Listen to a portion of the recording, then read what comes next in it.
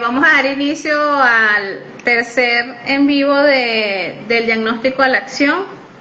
Les habla Lady Oropesa, profesora de educación especial. Ya algunos de ustedes me conocen. Para los que no nos conocen, estamos en Venezuela. Sé que en este momento solo hay 2 personas conectadas, no importa. La experiencia que hemos tenido con los en vivos del diagnóstico a la acción es que normalmente muchas personas no se conectan, pero finalmente terminan visualizándolo más de 600 personas. Incluso algunas nos escriben, nos hacen llegar sus comentarios. Hemos alcanzado familias, personas que nos han contactado para pedirnos orientación, apoyo, y bueno, dentro de lo que está en nuestras manos hemos podido orientar. Y además que estos materiales quedan en internet y muchas personas, incluso estudiantes, pueden tener acceso a ellos y escuchar a todos los especialistas que han ido pasando por este espacio virtual dando información tan importante para todos los países y particularmente para Venezuela, que se requiere pues el apoyo de profesionales y sobre todo, más que todo, porque este no es un espacio que va a sustituir la orientación directa a la persona, pero sí abrir como ese espacio y esa ventana para poder decirle a las personas, a las familias, por dónde comenzar. Y de eso se trata del diagnóstico a la acción. Nuestra invitada de hoy es Maciel Requena, presidenta y fundadora del Centro de Atención Integral Caminando y Construyendo Sociedad Inclusiva, ubicado en el estado Miranda, Venezuela. Es asesora, orientadora y coach familiar en temas de discapacidad, coordinadora de la Red Latinoamericana de Familias de Personas con Discapacidad y miembro de la Red Nacional Venezolana de Discapacidad. Ha realizado actividades en el campo de liderazgo y gestión de organizaciones sin fines de lucro. Ha participado por la defensa de los derechos de las personas con discapacidad en diferentes actividades. Fue parte del equipo de investigación para la elaboración del manual de rehabilitación para personas con discapacidad en el capítulo Familia, publicado en el año 2023, con el apoyo de la FOAL, ULAC e ICEBI Latinoamérica. También colaboró en la elaboración del módulo sobre familia en el curso Educación Inclusiva con énfasis en personas con discapacidad visual, promovido por FOAL e ICEBI Latinoamérica. Fue consultora para América Latina de la Perkins International del año 2005 al año 2010 y es madre y cuidadora primaria de Bárbara Iriarte, persona adulta con discapacidad, sordoceguera y discapacidad intelectual. Hoy la tenemos en Del Diagnóstico a la Acción. Cuéntanos un poco desde tu experiencia cuáles son esas primeras necesidades no médicas que no necesariamente tienen que ser dadas por un profesional, por un médico, por un psicólogo, pero que son importantes para esa familia desde esa visión que tú tienes como madre que ha transitado ese mismo camino. En relación a la pregunta, que es importante tener claro que no hay una receta mágica. Cada familia toma el diagnóstico de una manera determinada, que tiene que ver mucho con el grado, el tipo y la forma de discapacidad, y también tiene que ver, voy a revisar mis notas, con la humanización de ese diagnóstico. Es decir, cómo nos diga el área médica el diagnóstico. Si el diagnóstico nos lo dicen desde la fatalidad, generalmente vamos a tener un impacto inicial mucho más desafiante. Pero si el diagnóstico nos lo dicen desde la humanidad, puede ser que ese diagnóstico inicial no sea tan impactante. Entonces, estos procesos son humanos y como los procesos son humanos, es importante tener en cuenta que las respuestas son prácticamente individuales, que cada familia es un mundo y que cada familia puede tener, las investigaciones nos hablan de unas respuestas generales, pero hoy en día los estudios también demuestran que hay familias que no pasan por el impacto inicial, o sea, pasan todas por el impacto inicial, pero sus respuestas son resilientes. Y hay familias que sus respuestas son a través del duelo. Ok, en relación a ese duelo que transitan las familias, ¿cómo pueden permitirse vivir ese duelo, esa expectativa ante la llegada de lo que esperaban, no solamente del hijo esperado, porque muchas veces sucede con relación al bebé que se espera, pero a veces es al hijo que tenemos, al hermano que tenemos, al sobrino que tenemos, y que de repente llegó la discapacidad. Sabemos que hay muchísima bibliografía que describe cómo es este proceso, que los psicólogos lo manejan además muy bien, pero en este caso, ¿cómo puedes describirnos de manera general y en palabras sencillas para las personas que nos están escuchando o que nos van a escuchar? Bueno, el duelo tiene todas las etapas como ya lo conocemos y como debe conocer tu público, que es más tu público que el mío, porque son profesionales. Lo que diferencia es cómo enfrentan las familias este duelo. El impacto inicial, efectivamente, como lo dijiste, es por la pérdida del hijo ideal o la pérdida del hijo esperado, pero también por el hijo que yo tenía. Por ejemplo, si un día, por un hecho sobrevenido, una persona de la familia, un hermano, un amigo, porque no escapa un buen amigo de esos amigos que llamamos amigos especiales, un hermano, una madre, un padre, un hijo queda con una condición de discapacidad sobrevenida por algo que no podemos controlar, eso también ocasiona un duelo. ¿Por qué? Porque yo perdí la persona tal como la conocía. Esa persona que ahora tengo mi miembro familiar es diferente. Por ejemplo, siempre cuento una anécdota. Recuerden que yo tengo más de 25 años en esta área, cerca de personas con discapacidad, tanto congénitas como adquirida. Y un psicólogo muy amigo, muy querido, con condición de discapacidad, que sufrió una discapacidad por un accidente social en Venezuela, le costó 5 años de su vida sentarse en la silla de ruedas. Porque tampoco hay tiempo para el duelo. Las investigaciones, los estudios nos dicen que un duelo puede durar de 1 a 3 años, pero depende de las condiciones humanas. A este muchacho, que en esa época era un muchacho, le costó mucho asumir, porque sentarse en la silla de ruedas era asumir que no podía caminar. El papá de este muchacho, de este profesional, que hoy en día es un profesional muy reconocido en Venezuela, a quien no voy a decir el nombre por respeto, perdió a su hijo, tal como lo conocía. Ahora tiene un hijo diferente. Un hijo que tuvo que aprender a amar otra vez. Un hijo que tuvo que aprender a relacionarse con él. Un hijo que tuvo que aprender a apoyar. Entonces, lo lograron, pero costó 5 años. Por ejemplo, en mi caso, cuando a mí me dieron el diagnóstico, que es un diagnóstico difícil, es un diagnóstico de sordoceguera con discapacidad cognitiva, yo siempre digo que Bárbara es un convito. Me costó 1 año poder decir que yo tengo una hija con sordoceguera. No lograba decirlo, porque además era tan extraño hace 38 años que alguien tuviera una hija que no podía ver bien, que no podía escuchar, que era mejor no decirlo, porque la gente te decía cosas como: es imposible que tengas una hija sordoceja, es imposible que Dios sea tan cruel, es imposible que exista una persona que no puede escuchar y que no podía ver. O sea, para el imaginario de la gente era imposible.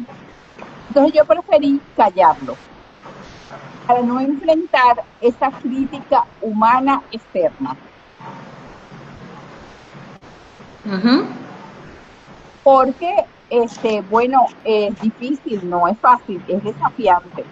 Por eso siempre digo que la primera vez que conocí a una mamá que tenía una hija con sordoceguera, que está aquí en la sala, que es Olga León, no sé historia, pero la primera vez que conocí a una mamá que también me dijo: mi hija es sordociega, yo dije: wow, no soy la única. ¿Tú pensabas que era la única? Yo pensaba que era la única. Así Además que yo tuve a Bárbara muy jovencita, tenía apenas 18 años. Yo había imaginado mi vida en Puerto Cabello, había imaginado mi vida, yo quería ser arquitecto. O sea, todos los sueños de vida se derrumbaron. Hay investigaciones que dicen que el impacto inicial es tan, pero tan desafiante, que los padres no pueden ni siquiera hablar de eso, sin llorar, sin desesperarse. Hay padres hoy en día, creo que por todo el auge y toda la defensa de los derechos humanos de las personas con discapacidad, que no se lo toman de esta manera, porque depende también mucho del grado y del tipo. Pero cuando Bárbara nació, no había ni siquiera, o sea, ni los médicos conocían qué era eso de la sordoceguera. Sí. Maciel, hablando de justamente lo que nos están mencionando, el tema de los sueños, de lo que quería hacer, ¿cómo no quedarse paralizado? ¿Cómo le contarías a una familia que en este momento está comenzando ese camino? ¿Cómo no quedarse paralizados? ¿Qué papel juegan los proyectos de vida ante esa incertidumbre? Bueno, lo primero es que esto es un proceso de vida. Por ejemplo, hay personas como yo que decidieron hacer su proyecto de vida a través de esta discapacidad. O sea, Bárbara vino a enseñarme cómo vivir dentro de este mundo y poder ser arquitecto de nuestras vidas desde este mundo. Pero no todo el mundo quiere eso. Entonces, en la parte del duelo, cuando llegamos a la aceptación, que no es resignación, son dos cosas diferentes. Es aceptar, bueno, está bien, soy mamá de una persona con discapacidad. Esta condición de discapacidad tiene algunas condiciones que van a determinar mi vida de aquí en adelante. ¿Qué puedo hacer con esto que tengo? Entonces, acepto y reorganizo. Dentro de la reorganización están las adaptaciones. Entonces, tengo que hacer adaptaciones en mi vida para poder vivir en bienestar. Por ejemplo, una de las adaptaciones que yo he tenido que hacer en mi vida es reconocer y aceptar que a Bárbara no le gustan las fiestas. ¿Por qué es importante reconocer y aceptar eso? Porque cada vez que vamos a una fiesta, Bárbara puede terminar en crisis. ¿Por qué? Porque no escucho, no veo bien, no bailo, no disfruto este lugar como lo puede disfrutar otra persona. Entonces, yo en vez de obligarla a que acepte la fiesta, acepto que a ella no le gustan las fiestas. ¿Quiere decir que yo no voy a fiestas? No, yo sí voy a fiestas, pero hago una adecuación familiar. Adecuo mi entorno para que Bárbara no vaya a la fiesta, esté bien cuidada en su ambiente protegido, que es su hogar, y yo voy a la fiesta y disfruto de la fiesta. Ir a la fiesta con Bárbara es una verdadera tortura. Y además insiste, y además lo dice como lo sabe decir. Primero lo dice en señas, después lo dice yéndose hacia la puerta. Después, cuando nada le resulta, termina con una crisis. Si yo no entiendo que yo en mi vida tengo que hacer adaptaciones, que yo las llamo adaptaciones curriculares familiares. Ese es el nombre que le he puesto. Si yo no entiendo, yo no acepto, y yo quiero obligar a Bárbara a algo para lo que no está preparada, para lo que no le gusta, lo que hago es vivir una vida en desafío y en frustración, en dolor. Si acepto que ella se puede quedar en su casa, que tengo que tener un sistema de apoyo y que tengo que hacer adecuaciones, mi vida va a ser mucho más fácil. Por ejemplo, hoy yo sabía que este live, para yo hacerlo en tranquilidad, Bárbara tiene que tener o una actividad, como estamos de vacaciones, pues a ella ahora está descansando, está tranquila, dentro de un rato se para. En lo que se pare, va a pedir algo que ella pide todas las noches, que es el toddy. Si yo alargo esto 3 o 4 horas, ella va a terminar con una crisis. ¿Yo qué debo hacer? No alargarlo. O sea, si yo sé que ella se va a parar a las 7 de la noche y ella va a pedir su toddy, yo tengo 1 hora para estar con ustedes. Después de 1 hora, yo tengo que entender que yo tengo que cumplir unas condiciones porque yo sí tengo una vida que tiene que regirse por una rutina saludable para que ambas podamos vivir en bienestar. No es solamente yo vivir en bienestar, también es ella vivir en bienestar.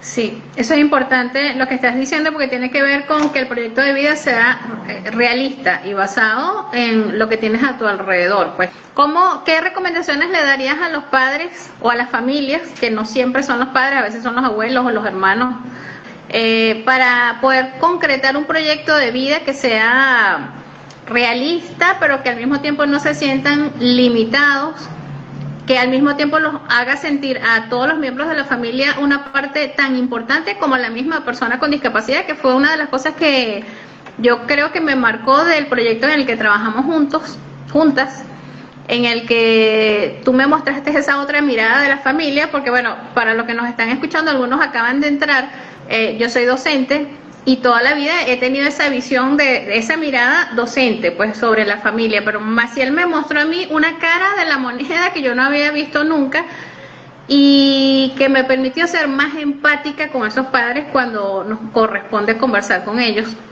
que siempre le hablamos de lo que tienes que hacer por la persona con discapacidad, el niño con discapacidad, el familiar con discapacidad, y para que la persona con discapacidad esté en mejores condiciones, pero nunca nos ponemos en el zapato de la mamá y su vida, que no digo mamá porque normalmente son madres las que están allí, y si no son abuelas, y en tercer lugar son padres. En mi experiencia es lo que yo he visto, pero no importa quién es la persona, lo importante es que es una persona que también tiene unos sueños, que también tiene un futuro, un porvenir, y que a veces nosotros mismos como profesionales, llámese docentes, llámese psicólogos, llámese médicos, vivimos todo el día poniéndole el dedo aquí en la frente, diciéndole lo que tú debes hacer para que la persona con discapacidad esté bien, y nos olvidamos que esa persona también tiene metas, sueños, necesidades.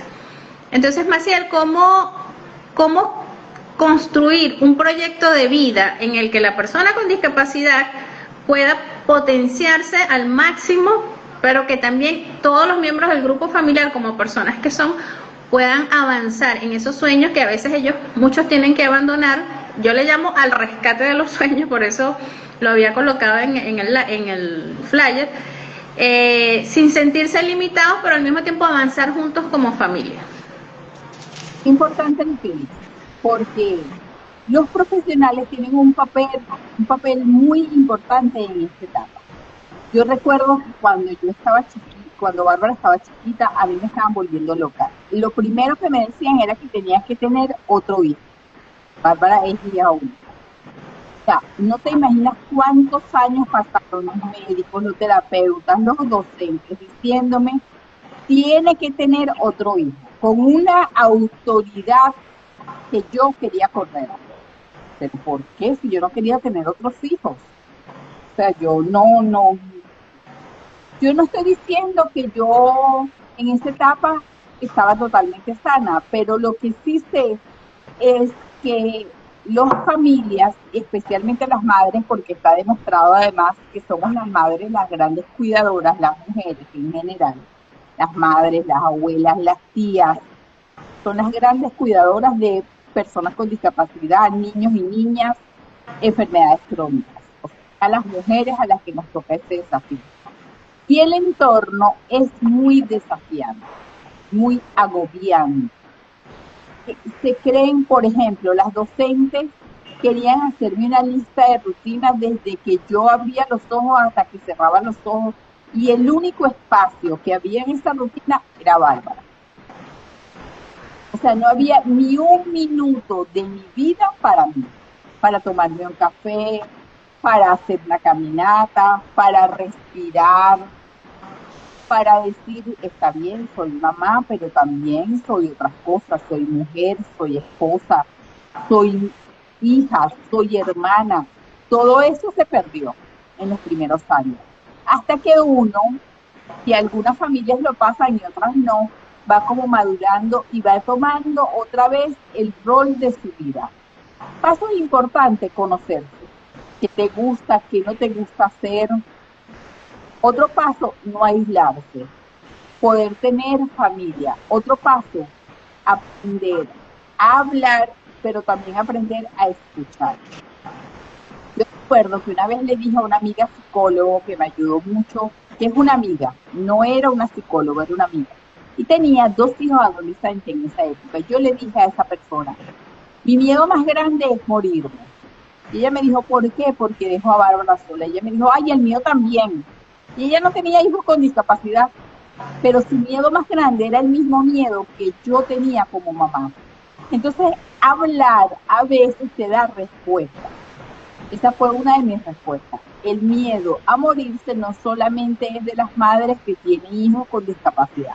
las madres que no tienen hijos con discapacidad tienen el mismo miedo.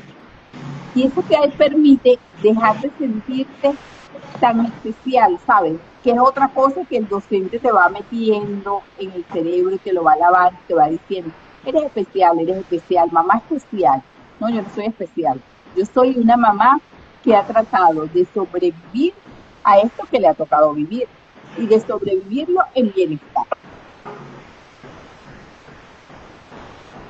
Te perdimos.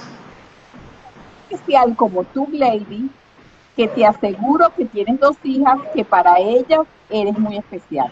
O soy tan especial como mi hermana, que adora a su hija y que su hija la adora a ella. Entonces, todas las madres somos especiales, tengamos hijos con y sin discapacidad. Y entender eso nos normaliza y nos deja de hacer sentir extraterrestres. No somos azules, no somos verdes, no somos rojos. Somos seres humanos que pasamos aspectos muy desafiantes, pero que también los pasan cualquier otro padre. Todos los padres tienen desafíos en su vida. En estos días fui a la peluquería y la peluquera que no tiene hijos con discapacidad me decía, no, es que tener hijos es terrible. Y yo le decía, ¿qué edad tienen tus hijos? Son adolescentes, me están volviendo loco. Es una característica de familia. Sí, así es. Ahí nos comenta Andrea, nos dice, muy de acuerdo con lo que plantean, es importante cuidar al cuidador. Y justamente Andrea Maciel tiene espacios donde ella nos da mucha información, y yo le llamo también formación sobre los cuidados del cuidador. Los que hemos tenido la experiencia, que yo la cuento porque la tuve recientemente, de cuidar a mis padres por, digamos, breve tiempo en relación a Maciel, que tiene más de 35 años cuidando a su hija, pero los que hemos vivido esa experiencia, no importa el tiempo que la hayamos vivido, sabemos que llega un momento en que dejamos de existir y es como que si nosotros como personas no tuviéramos necesidades, ni sueños, ni metas, sino que todo gira alrededor de otra persona. Y creo que a veces toca, bueno, creo que me pasó al tiempo de conocer a Maciel y vivir la experiencia, poder ponerme en el zapato del otro, y a veces creo que he tenido que pensar, he pensado en esas madres que yo conocí cuando estaba en la escuela, y yo decía, Dios mío, o sea, ¿en qué momento yo las invisibilicé como personas en lugar de ayudarlas y de apoyarlas en relación a ese redescubrir una nueva vida? Porque yo creo que se trata también de eso. Y creo que hay un mensaje claro que tú siempre das, y es que si el cuidador está bien, la persona, en este caso con discapacidad, que es de lo que estamos hablando, también va a estar bien. Entonces es un poco ese mensaje para los profesionales, porque creo que a veces es lo que a nosotros nos corresponde. A mí como maestra me interesan los niños, pero si mamá no está bien, el niño no va a estar bien. Por eso es importante no perder de vista esas como que varias aristas de un cubo que tenemos que tener presente, y a veces nos toca tener que aprenderlo desde esa experiencia, pero creo que lo fundamental es que todas las personas que se inician en este camino de atención a personas y a familias con discapacidad lo tengan presente, para que dejemos de dar órdenes, de dar instrucciones. Y hay otra cosa también muy importante que tú decías, Maciel, en una oportunidad, y es dejar de dar instrucciones y escuchar qué es lo que tú necesitas y qué es lo que como familia quieres hacer, más que yo decirte que tienes que tener un hijo. Imagínate tú que te digan eso, tienes que tener otro hijo. O sea, ¿quién me autoriza a mí como profesional a dar esa instrucción, a dar esa orden? Háblanos un poco de ese tema, Maciel. Yo creo que es importante, Lady, que ustedes como profesionales aprendan a leer a la familia. Es decir, el docente, ¿a dónde llega el niño en la primera etapa? A la escuela, al preescolar. Entonces, esta maestra del preescolar puede ser una amiga o una enemiga. A lo mejor no es tu enemiga, pero tú la ves así. Si yo consigo a una maestra criticona, mandona, que me da instrucciones, yo no voy a querer ni darle los buenos días a esa maestra. Pero si yo conozco una maestra que llegue y me dice, ¿cómo está hoy, señora? Primero, llamar a la gente por su nombre. Mi nombre es Maciel. Durante años yo fui la señora Bárbara. O sea, me quitaron hasta el nombre. Y parece Imagínate. sencillo, y hoy nos podemos reír, pero ¿sabes lo que es que te quiten tu nombre? O que te digan mamá de Bárbara, que también es algo que solemos hacer los maestros. O Mamá de mamita Bárbara. especial. Yo creo que mi rechazo a que alguien hoy en día me diga, es que tú eres una mamá especial, tiene que ver con tantas veces que me lo dijeron en la escuela. Mamá especial, se le quedó la cartuchera Bárbara. Y eso me lo decían y yo, mamá especial, en una escuela donde todas éramos mamá especial.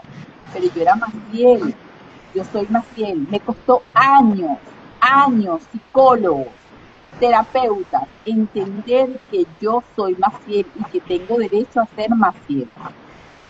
Y Qué que bueno. Bárbara es Bárbara y que tiene derecho a ser Bárbara.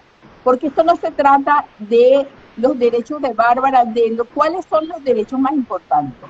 Los dos derechos son importantes, los derechos de Bárbara y mis derechos. Yo tengo deberes y Bárbara tiene deberes.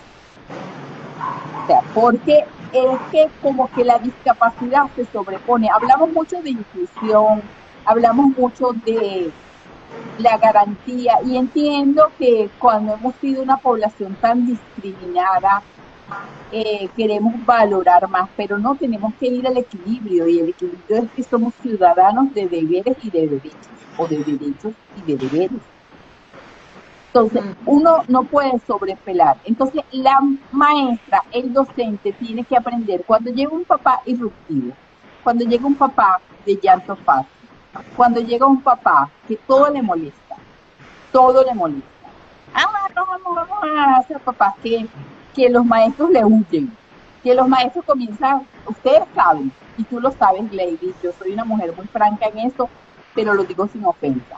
Ese papá a que todo el mundo, la directora, ay, ya llegó esta señora otra vez, ¿qué será lo que quiere hoy?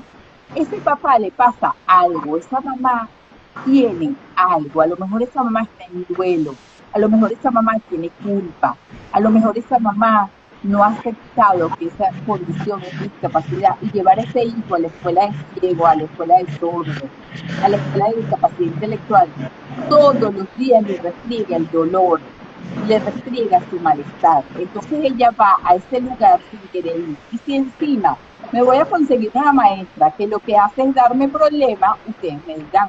Entonces el maestro, entiendo que para el maestro el estudiante es muy importante, pero la familia es parte de ese estudiante. La familia es parte de esa inclusión efectiva. La familia es un pilar fundamental para todo ser humano, pero para una persona con discapacidad mucho más. Entonces, ustedes tienen que buscar una estrategia para que esa familia sea un aliado y no un enemigo. Y entender los procesos familiares y entender que esos procesos familiares son emocionales. En esos casos, ¿qué sugieres? El abordaje por parte del psicólogo, por supuesto, que es lo fundamental, y hay un tema también importante que está muy relacionado contigo, que es el tema de los grupos de apoyo. ¿Qué opinas tú sobre los grupos de apoyo? El apoyo psicológico es importante y cuando no podemos solos tenemos que buscar ayuda. Ahora, el grupo de apoyo, ¿qué pasa con el grupo de apoyo? Primero creo que tienen que ser padres que ya estén formados, o sea, ese papá que se quiere involucrar en esto, ese papá como en todo, como en Alcohólicos Anónimos, como en los grupos de apoyo para personas con enfermedades crónicas. ¿Por qué? Porque nada mejor que un padre para saber lo que siente otro padre. Por ejemplo, yo en los grupos de apoyo me gusta trabajar con el psicólogo y con la familia formada. Lo que sirvió para mí es una referencia, pero no una receta, porque quizás lo que a mí me ha funcionado en la vida no funcione para otro padre. Entonces, eso debemos tenerlo con mucho cuidado. O sea, yo no puedo decirle a nadie, haz esto, porque entonces me convierto en ese docente al que yo he como gusta la palabra señalado, pero como que el que he dicho, o sea, hay papás que también nos dan recetas. Es que yo hice esto y me funcionó. Yo para que Bárbara aprendiera a quitarse el pañal, yo tengo un recuerdo de Bárbara quitándose el pañal, que es una de las culpas más grandes. Yo tengo dos grandes culpas que me las quité con psicólogo. Pero una culpa fue que Bárbara estaba aprendiendo este proceso del pañal. Entonces yo le quité el pañal, pero se fue el agua y se fue por muchos días y le volví a poner el pañal. Y ya Bárbara no aceptaba hacerse pipí en el pañal. Entonces yo agarré y le dije, tienes que hacer en el pañal porque no hay agua. Y se lo dije hablado, a una sorda. Esos son errores que uno comete sin darse cuenta. Pero el hecho es que cuando me di cuenta, la culpa fue Dios bendito. Tengo que ir a psicólogo para poder visitar esa culpa. Y la otra fue que ya siendo la coordinadora del programa de familia de CONACYT, Bárbara tenía la costumbre de que cuando yo estaba en las mañanas atareada haciendo el desayuno, porque yo soy una mujer que hace desayunos y almuerzos para que todo el mundo se lleve a los trabajos y ella se llevara a su institución, Bárbara se ponía detrás de mí a supervisarme.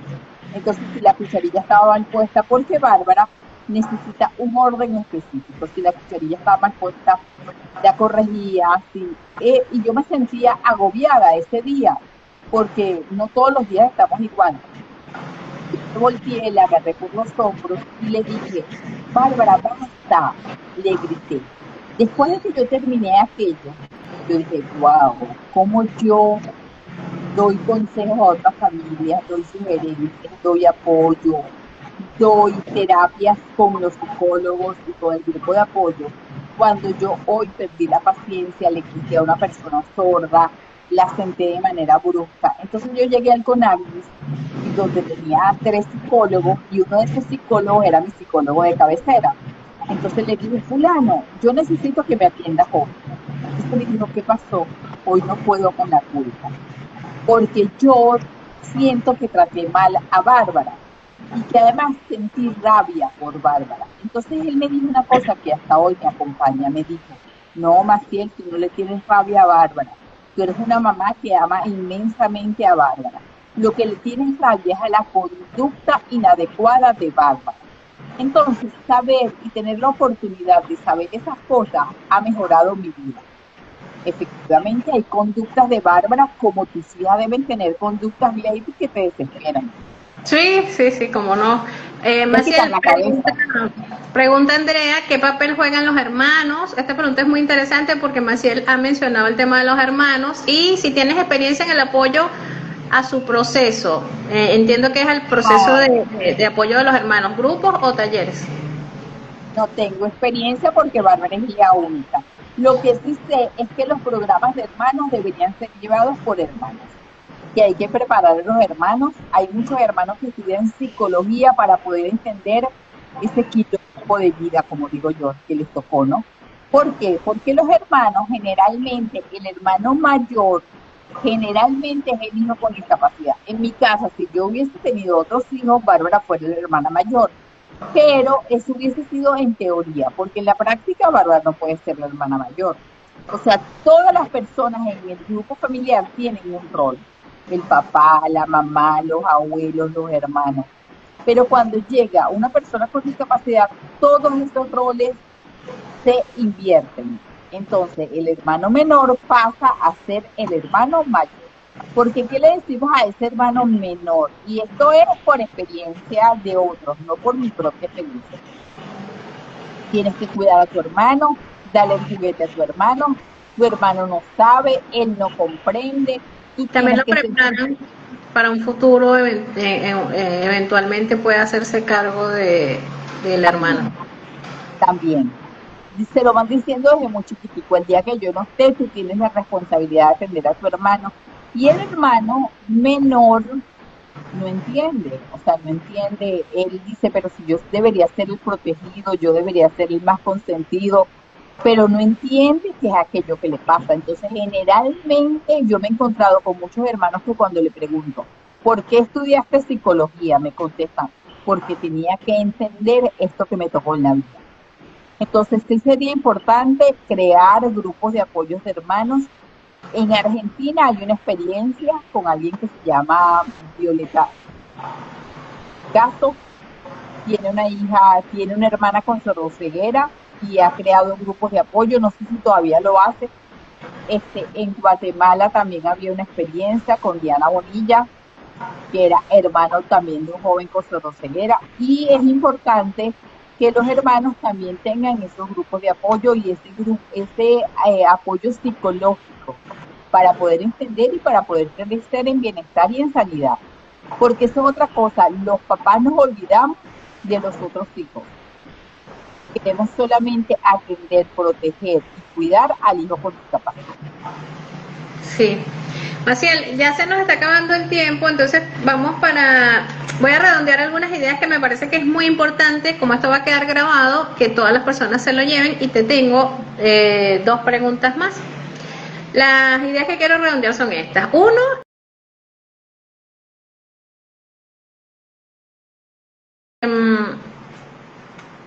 entender la atención que de la persona con discapacidad, llámese niño, niña, joven o adulto, que es nuestra responsabilidad desde el punto de vista profesional, viéndolo como parte de un conjunto familiar que es su primer entorno, el entorno más cercano es la familia, y pensando siempre en que debemos fortalecer al grupo familiar y no trabajar todos solamente alrededor de favorecer a la persona con discapacidad, que por supuesto lo tenemos que seguir haciendo, pero sin perder de vista que está rodeado de un entorno que, si no está bien, no va a poder dar el apoyo que corresponde. Y no nos va a poder apoyar a nosotros tampoco en nuestro trabajo como profesional, porque el trabajo familia, escuela es muy importante. Yo siempre lo digo, en mi experiencia de trabajo con familia, siempre he visto que los estudiantes que más desarrollan potencial, capacidades, son aquellos que tienen una familia cohesionada a su alrededor acompañándolos, ¿no? Entonces, mirar hacia la persona que rodea a ese niño o esa niña o esa persona con discapacidad, mirar a esa mamá, mirar a ese papá, a ese abuelito, pero sobre todo escucharlos antes de hablar nosotros, lo que llaman los psicólogos poner en práctica la escucha activa, y más que decirle lo que tienen que hacer, preguntarles lo que quieren, necesitan y pueden, porque ese es otro, el contexto social que nos rodea es diferente en todos los países, en todas las comunidades y para todas las familias, y eso también lo tenemos que tener presente, lo que quieren, lo que necesitan y lo que pueden hacer para ellos estar bien. En ese sentido van mis 2 preguntas. Una, cuéntanos como en pequeños pasos, ¿qué sugieres tú para iniciar ese camino de poder crecer juntos como grupo familiar? ¿Qué cosas podemos hacer día a día, semana a semana? Algo muy general, porque cada familia va a tener sus propias necesidades y realidades. Y háblanos también de la asociación civil Construyendo Sociedad Inclusiva, caminando y construyendo sociedad inclusiva. Bueno, yo creo que los primeros pasos es importante organizarnos, establecer rutinas saludables. Cuando hablo de rutinas que involucre a la persona con discapacidad en sus necesidades específicas, pero también que me involucre a mí y mis necesidades específicas. Por ejemplo, yo sabía hoy que tenía este compromiso contigo.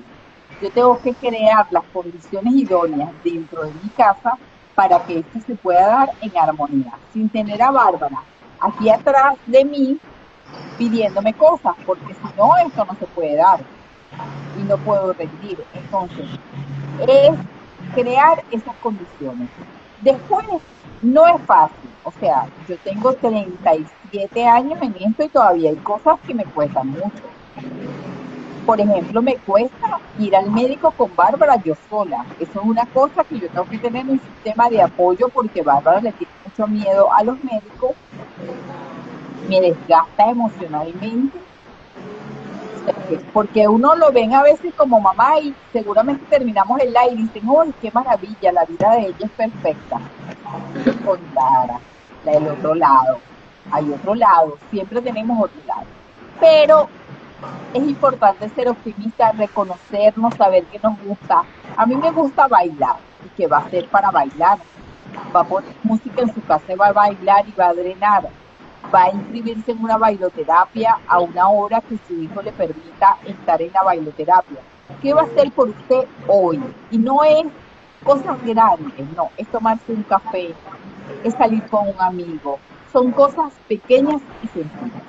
Y de Caminando y Construyendo Sociedad Inclusiva te puedo decir que nosotros estamos tratando de construir un centro de atención integral donde el enfoque de vida es la autonomía de las personas con discapacidad intelectual con compromisos o no agregados. Yo vivo en Guatire, después de que los jóvenes salen de los talleres laborales van a su hogar. Entonces nosotros estamos tratando de construir desde el área de la autonomía con un lema de no haga por sus hijos nada de lo que ellos puedan hacer por ellos mismos. Por ejemplo, yo por Bárbara no se me ocurre que la voy a vestir, porque Bárbara sabe desvestirse perfectamente, pero Bárbara a veces lo pide, a veces se hace la loca y dice, ay, es que yo hoy quiero que me pongan los zapatos. Y yo, no, mi amor, yo no te voy a poner los zapatos porque tú ya te sabes poner los zapatos. Y ese acto tan sencillo y tan... Pero resulta que ese acto tiene dos.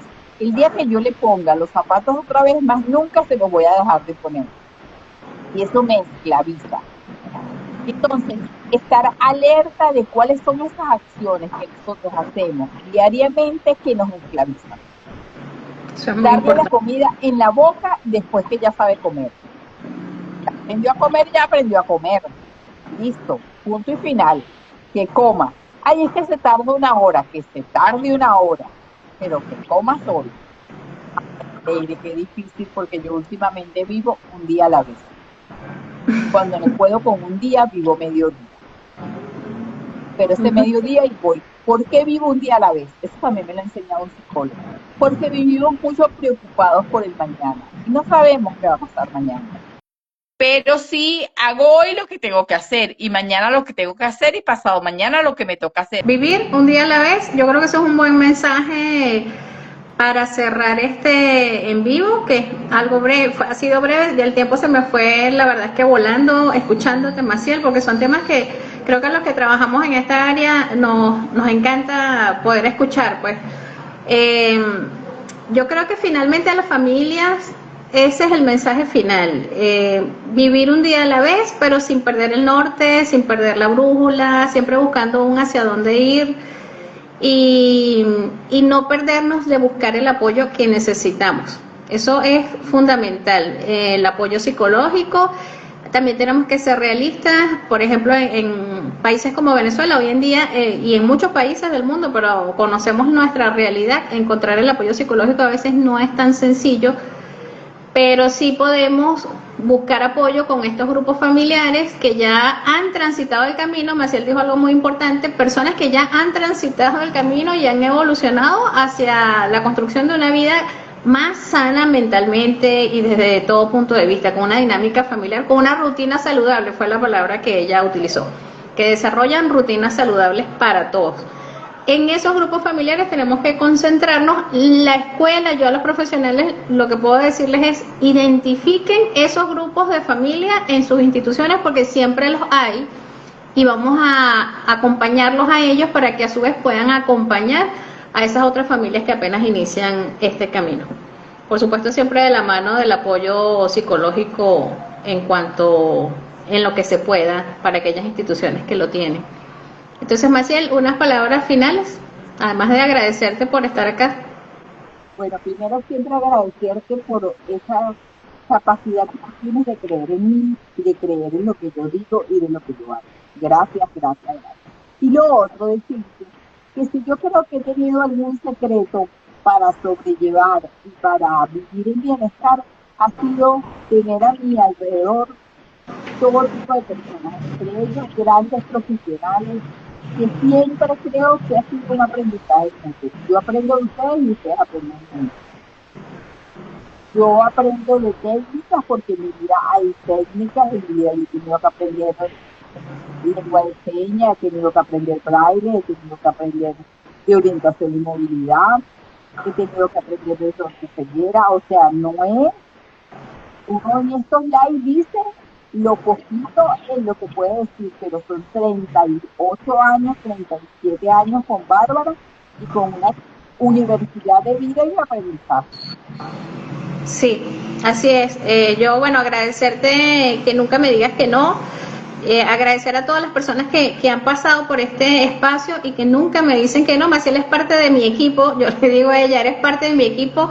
Es una persona de muchísima confianza. Hoy en día somos amigas, pero además nos conocimos en el trabajo y la veo trabajando con tanta seguridad, con tanta firmeza, liderizando grupos de familias en Latinoamérica. De mucha trayectoria, que para mí lo que Maciel diga a nivel en el trabajo relacionado con familia es ley, y me ha enseñado muchísimo, y es muy bonito eso que dices de cómo familia y docentes podemos hacer el trabajo armoniosamente y dejar de distraernos en esos conflictos internos que a veces se presentan en las instituciones educativas entre las familias y los maestros, porque dejamos de atender a los niños y a las niñas con discapacidad o a las personas que se encuentren allí que necesitan nuestro apoyo. Enfoquémonos desde el punto de vista profesional nosotros, que es nuestra visión, poder entender y la familia poder acompañar también este proceso. Entonces, muchísimas gracias Maciel, muchísimas gracias Andrea, Marbelis y bueno, todas las personas que se han conectado. Este es el tercero, vamos a continuar invitando a profesionales que nos van a venir a hablar del tema. En este caso, hoy hablamos de discapacidad en general porque el tema aplica para todos, pues, pero recuerden que el énfasis nuestro es en discapacidad visual. Vamos a invitar terapeutas ocupacionales, fisioterapeutas y así van a transitar todos los profesionales que conforman este equipo y que, como siempre lo digo, nos dan una visión común, global, mejor dicho, más que común, una visión global, integral, completa de la atención que debe darse a la persona y que nos permite poder avanzar del diagnóstico a la acción. Muchísimas gracias a todos y bueno, nos vemos en enero. Que tengan una feliz Navidad y un próspero año nuevo. Gracias otra vez, Maciel.